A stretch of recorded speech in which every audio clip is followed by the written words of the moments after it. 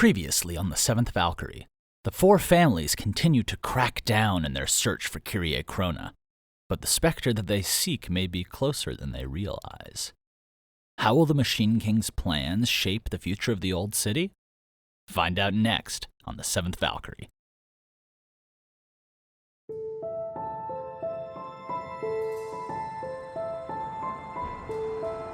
Interlude. The nature of predators. Borka. The sixth day of winter. Late evening. For the vast majority of people in the Old City, the de facto rule of the four families was no different than being ruled by any other governing body. The families collected taxes, paid for the infrastructure and social programs in the city, made all the crucial decisions, provided defense, and even regulated businesses. Sure, they regulated businesses and ran the city in a way that was beneficial to their own interests, and if you broke the rules, the punishments were punitive and severe, and members of the ruling families tended to be above the law, but what government had ever been any different? For a Freelander, it was still vastly better than life under Edarin rule. So, to many people within the Old City, life went on, just like they had lived in any other part of the world, except for the part that they were free to use their gifts. For Borka, who had received a strange request that evening to transport 2 live slasher pike to the South Ridge, even the evacuation and the supposed rising tensions between the families were nothing more than just the rise and fall of a normal city. Borka had been raised here.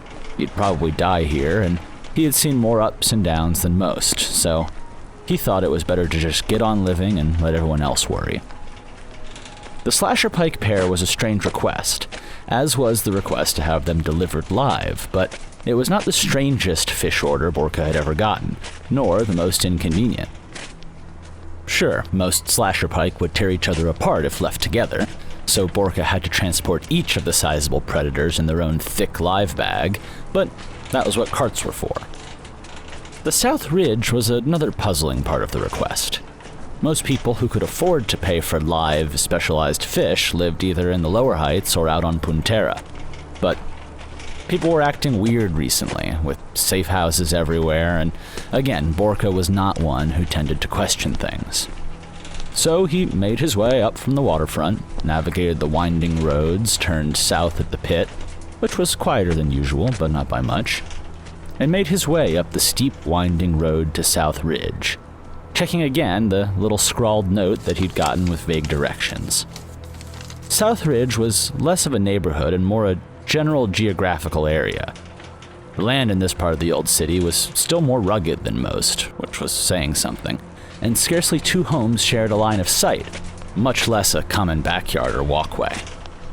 It was private, certainly, but the jagged land was such that there wasn't space for the larger, more elegant homes that four-family nobility and the lower houses tended to favor. Instead, each of the little compact homes in this area was its own bizarre little testament to its owner's vision. There were box-like structures more resembling fortresses than homes, and compounds strung from trees to the hillside. There were domed homes shrouded in the brush that seemed to stretch underground, and pavilions draped in old lanterns, still slumbering even this late at night. Addresses were haphazard at best in the Old City, reading like, "Get to South Ridge, head a few minutes up, past the dome and the deadlights, 3rd house after the creek," and everyone just sort of figured it out along the way. After crossing the creek, Borka continued on. The customer would be waiting out front, and sure enough, as Borka rounded the 3rd little hillside, wove through a tightly overgrown patch, there was the customer, a silver-haired man in black lingering on a broken wall just down the road. Like the others, the home he stood in front of had surely been a testament to a vision, but the vision itself was long lost to time and unclear to Borka. Now all that remained of the home were the crumbling stone and metal remnants of a sharp-shorn residence that might have been striking in the past, all geometric lines and tight angles, but now lay patinaed and decayed by the years. Why an elegant man was standing in front of such a run-down house was a mystery, but again, Borka tended not to ask too much about mysteries. They weren't his problem. Are you the client who ordered the 2 live slasher pike? Borka asked. The man got a sly grin. Ah, one and the same, the man said, with a voice layered with assured confidence and maybe even a little anticipation. Ah, okay, Borka said. Where do you want me to put them? There was definitely something strange about the man in silver and black, but there was something strange about everybody in the old city, and business was business. Oh, please, come inside, the man said with a flourish. Okay, Borka said. He grabbed each live bag in one hand, making each coiled predator within thrash out. But the live bags were well woven, and even the thrashing fish and their sloshing water weren't enough to break them free. You planning to cook them? No, the man said, making his way towards the door. I have an entirely different purpose for these predators. You know. Oh, so what, you're gonna eat them raw? Borka asked. What? No, the man said, then gestured to the door. Here, bring them inside. Head to the back. He led Borka into the interiors of the home, which were sparse and dirty. I've just moved in, the man said. What do you think? It doesn't have quite the same detail yet as the home that I have further inland, but I'm sure I'll improve it with time. Borka grunted agreeably, hoping that his affirmation would be enough to satisfy the strange silver-haired man. Borka looked around the house. Most of the time, rich weirdos just wanted someone to listen to them talk. Where did you want me to put these pike? Borka said. You got some sort of kitchen? You have no opinions at all about this home? The man asked. Nothing? No comment? Nothing at all? It looks nice. Good job, Borka said. But I really would prefer to drop these fish somewhere. They're feisty. Fine. Yeah, the silver-haired man said. Just fucking take him out back, I guess. The silver-haired man was muttering to himself as they stepped out to the back of the home, a spacious garden left overrun by weeds. At the center, there was a small pond, but other than that, there were ratty plants scattered all over the garden and basically nothing else. Most notably, there was no cook fire. I'm sure somebody told you this, but I can't leave the live bags with you if you're not cooking them tonight, Borka said. We only got a few of these bags, and my boss would kill me if I lost these. Oh, no need to worry about leaving the bags. You can just put the pike there, in the pond, the customer said. He brightened up, with a weird grin on his face now. You're gonna put them in there together? Borka asked. I mean, I'm just gonna tell you right now, in case someone hasn't told you, slasher pike aren't good pets. They'll kill each other the moment they can breathe right. Oh, I'm sure that they will, a customer said with a grin. Such is the nature of predators, after all. Always hungry. Fucking what? Okay. Borka shrugged, untying the first live bag and dumping the blade-edged pike onto the ground.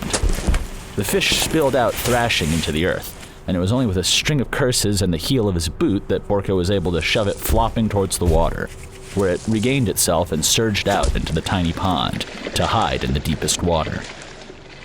Wiping off his hands on the outside of the bag, Borka turned to where he held the second pike.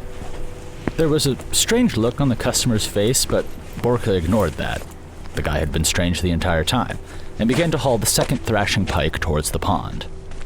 The customer watched intently as Borka walked to the water, and spoke just as Borka made to release the second pike. Wait, you're just going to drop the other one in there? Just flop it on the ground and let it kick? Well, you just said that's where you wanted it, Borka said. and you paid for me to bring them up here, so I'm putting them in there. Did you change your mind? No, of course not.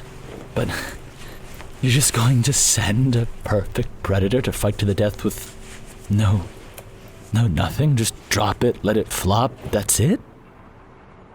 I'm putting the fish where you asked me to put the fish, Borka said. He undid the bag, flopping the second slasher pike out onto the ground, and succeeding this time a little more easily in getting it into the water. It too recovered, and then the waters began to churn as the fish broke free of their daze and began to circle, realizing each other. Then, with a sudden strike forward, they each attacked, in a slashing, striking dance of red and silver. See, I told you they fight, Borka said, pointing at the water. He grabbed both live bags and made to head back towards the house. But, no refunds. I guess enjoy whatever. The silver-haired man seemed caught between two minds as he watched the churning waters and the delivery man making his way back to the house. Then he reached out and caught Borka on the shoulder, stopping as Borka made to leave. You're not even going to watch them die all the way? The man asked. Are you? I'm not, Borka said. I gotta get home, maybe have some beers. Maybe go to bed, probably. The silver-haired man frowned, and then suddenly reached out and grabbed Borka right by his balls. Whoa, what the hell, man? Shoving the silver-haired customer right in the chest. You want a piece of man meat, you can hit the pit, but get your fucking hands off me. The silver-haired man caught himself with a smile on his face, suddenly reaching up with a flourish to toss away his eye patch and reveal his whirring and clicking eye. Borka squinted, still breathing heavily from the surprise of being fondled, and not exactly sure whether to move, run, or stand and fight. The man took off his jacket and revealed his entirely metallic arm, which seemed to merge into his flesh at the shoulder. And what if I don't want to show myself in the pit? The man said. What if the only one I want today is you? I do have such a kinship for predators, and I think I might see a tasty piece of meat right in front of me. Man, forget this, Borka said, turning and heading for the door. Try your weird-ass shit with someone else. Borka hadn't been paid yet, but the four families were pretty strict about making sure people paid up. This weirdo could have this conversation with the collectors tomorrow, but for now, Borka was done with this whole situation.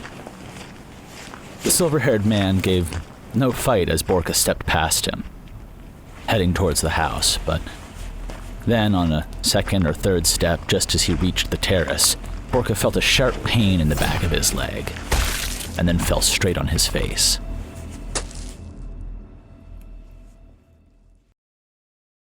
Want to know what happens next? Join us on Patreon to become a hero of Edera and get early access to episodes along with bonus features, director's commentary, and the full Tab to Archive. You can also find other ways to support us at the links in the description, and we will see you next week.